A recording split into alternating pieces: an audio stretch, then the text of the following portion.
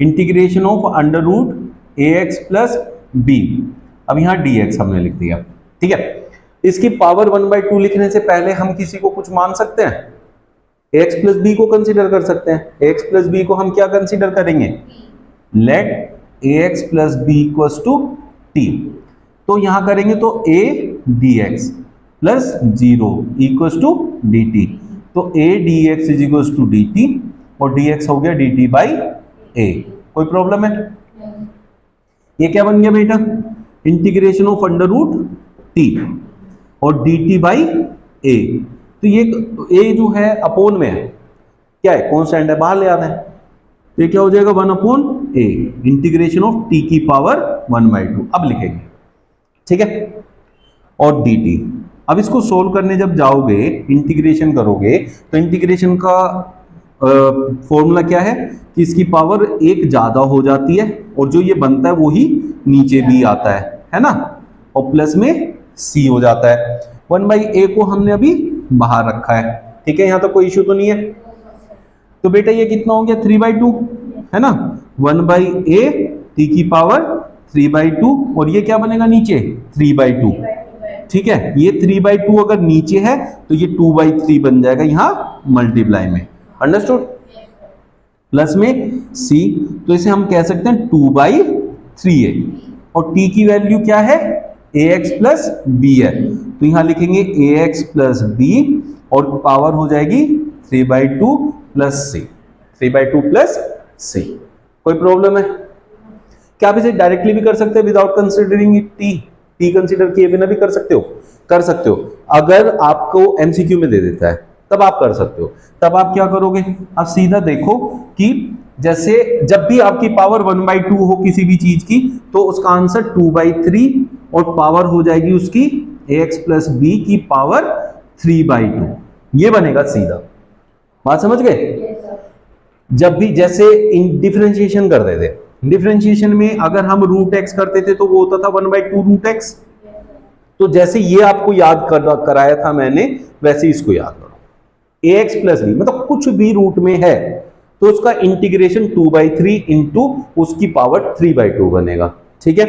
और जो x के साथ है वो अपोन में आएगा, तो 2/3a ax plus b raise to the power 3/2 और प्लस c। समझ में आ गया?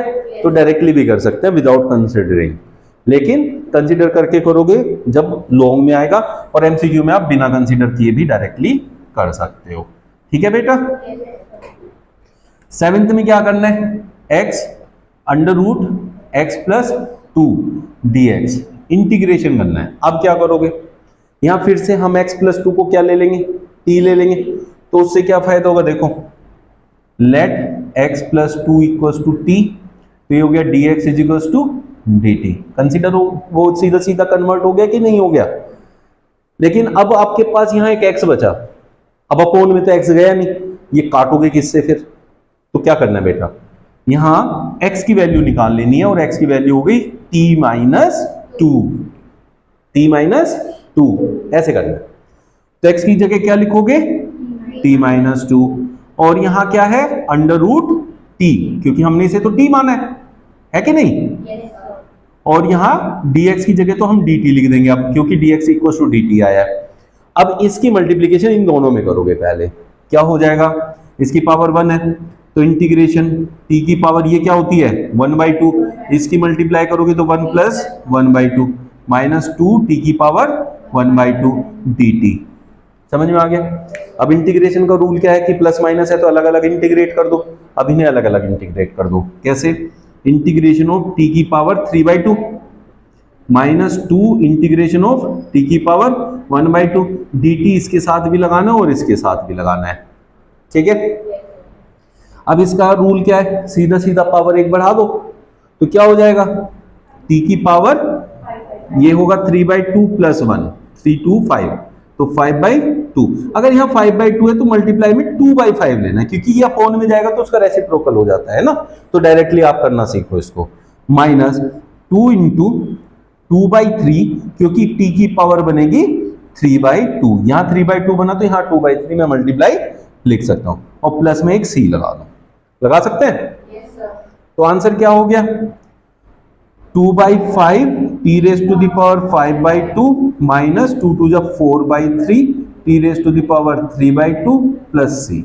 समझ में आ गया बेटा? तो ये आपका आंसर हो जाएगा। तो जब भी आपके पास ऐसे रूट में क्वेश्चन होंगे तब आपने x को क्या करना है, मैंने अभी थोड़ी देर पहले बोला था ना कि आपको x को भी t में कन्वर्ट करना पड़ेगा, ये वही है।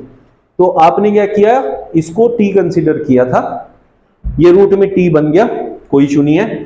फिर इसको क्या करना पड़ा, हमें x को भी t में कन्वर्ट करना पड़ा, बस ये अलग होता है इसमें। क्लियर हो गया?